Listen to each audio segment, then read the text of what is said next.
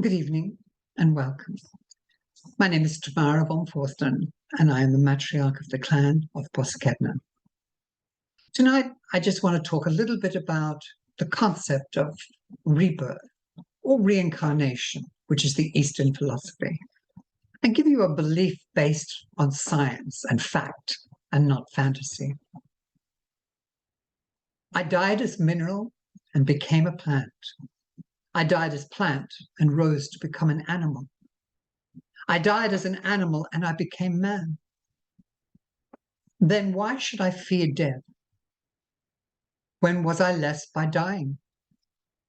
Yet once more I shall die as man. To soar with the shining ones always blessed, but even from angelhood I must pass on. Reincarnation is a belief.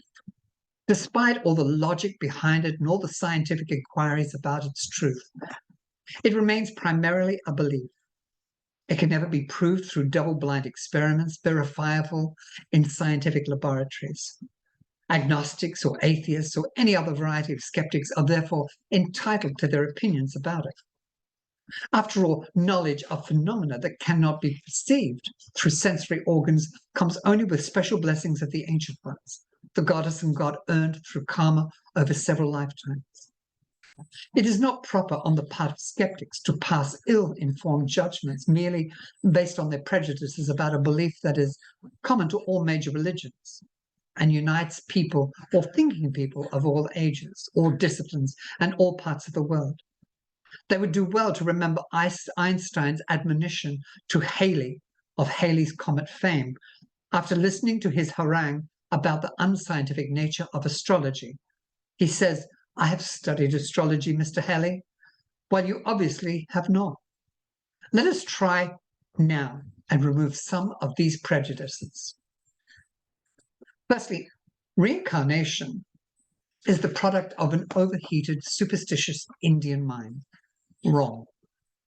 With the publication of Silver Cranson's anthologies on reincarnation in the 60s and 70s, Dr. Radha Krishnan had remarked that these will open the eyes of many people who dismissed the rebirth theory as something Oriental.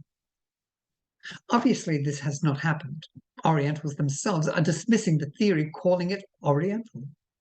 There is no disputing the fact that some of the best minds of science, T.H. Huxley, Edison, Luther Burbank, Gustav Stromberg, and in philosophy, we've got Socrates, Plato, Aristotle, Cicero, Lucretius, Emmanuel, Kant, and Voltaire. In psychology, we have Freud, Jung, Galli, and William Jones. And in art and theatre, the believers we have are Shakespeare, Dickens, Tennyson, Coleridge, Walt Whitman, Hermann Hesse, Emerson, and Jean Donne. These people all applied their mind to this question and expressed their belief in it. Prejudice number 2. Well, reincarnation is a Hindu-Buddhist belief. This is not true. Several Jewish sects, including Hasidic Judaism, still maintain this belief. Reincarnation and karma remain the cornerstone of the Kabbalah, spelt with a C, philosophy and religion. Early Christians believed in reincarnation based on the theory of karma until these concepts were removed from the Bible by the Church Fathers at various times, including the Council of Trent in 300 AD and the Council of Constantinople in 533 AD. Even the great Muslim Sufi saints like Hazrat Mansur al-Halal and Jalaluddin Rumi believed in reincarnation is well known. But what is not so well known is the fact that the Holy Quran itself contains verses that talk of rebirth, though they have generally interpreted to mean merely rebirth on the Day of Judgment. Significantly, the Quran describes as kafirs those who do not believe in reincarnation. Prejudice 3, the theory of reincarnation is based merely on superstition and does not have any basis in scientific reasoning. As I said earlier, rebirth is not something that can be proved through a double-blind experiment in a scientific laboratory.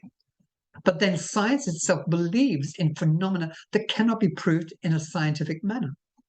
Scientific reasoning behind the concept of reincarnation and the laws of karma are based on Newton's law of motion. For every action, there is an equal and opposite reaction, as it is not possible for karma laws of debts, responsibilities, and rewards to work themselves out in one lifetime, until a soul learns not to collect any more karmic debts and responsibilities. Anyone with a scientific outlook is bound to assume that the universe is consistent, that it conforms to certain laws and maintains an order. If this order is further assumed to be moral, the only theory that satisfies all the demands of this moral order in the universe is the theory of karma and reincarnation. So that's just a little snippet about it. A little tiny bit to taste your taste buds. If you wish to know more about how we see the idea of being a born-again pagan or rebirthing, then contact us. Let us know if we can help you out in understanding the ascension and process of life. Thank you again for your time, and I look forward to seeing you again soon. Take care. Blessed be.